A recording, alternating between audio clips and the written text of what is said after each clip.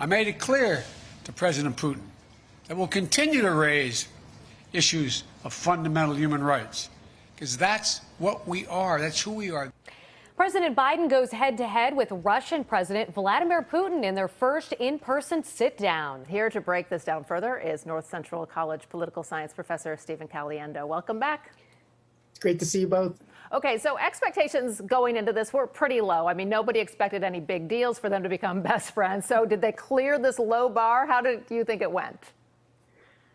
Cleared the low bar. I think, there's two things that are happening at these kind of meetings. One is substantive. There may be actual work that gets done when world leaders have meetings. And the other part, of course, is symbolic. And there's posturing and press conferences and optics. And so, I don't think anybody expected Vladimir Putin to say, I lied to President Trump in 2018. We actually were responsible for all the cyber attacks in the United States. So that wasn't going to happen. But it seems like some work did get done. And let's address those cyber attacks, because I think that's a big issue that really impacts all of us. Is there any headway on that issue? And do you think what Biden said in response to that the United States is not going to stand for it if it happens again, do you think there's going to be follow through? It's a fine line that President Biden was walking in the press conference that he gave after the meetings, where he said there were no threats, but he said he knows what we have, or he knows what we can do. And the suggestion was that they did have a discussion about if there was continued interference. Of course, Russia contends that there isn't, and that Russia's not involved, or at least the Russian authorities are not involved. I think some of Putin's language was careful in terms of him suggesting that even if there was activity coming from Russia, it wasn't involved with the government. But I think they agreed to form some task forces and address some questions on infrastructure to try to prevent some of this. But I don't know that we can take much comfort in what Vladimir Putin had told President Biden today.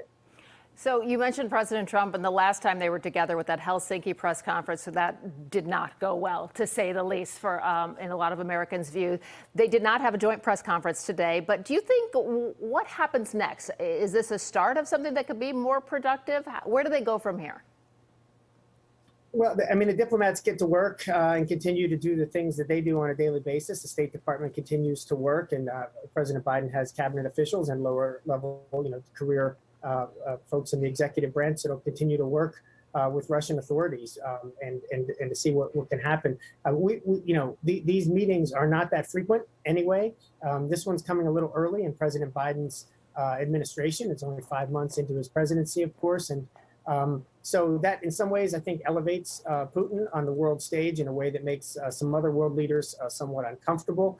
But it was important, I think, to try to get out ahead, especially what we've seen in the last couple of months with cyber attacks on commercial industries, to make sure that President Biden was sending a signal that he was going to talk tough on that, as well as some of the human rights issues that a lot of the world sees as being problematic in Russia. Professor Caliendo, thank you for giving us perspective on this. Thanks for having me.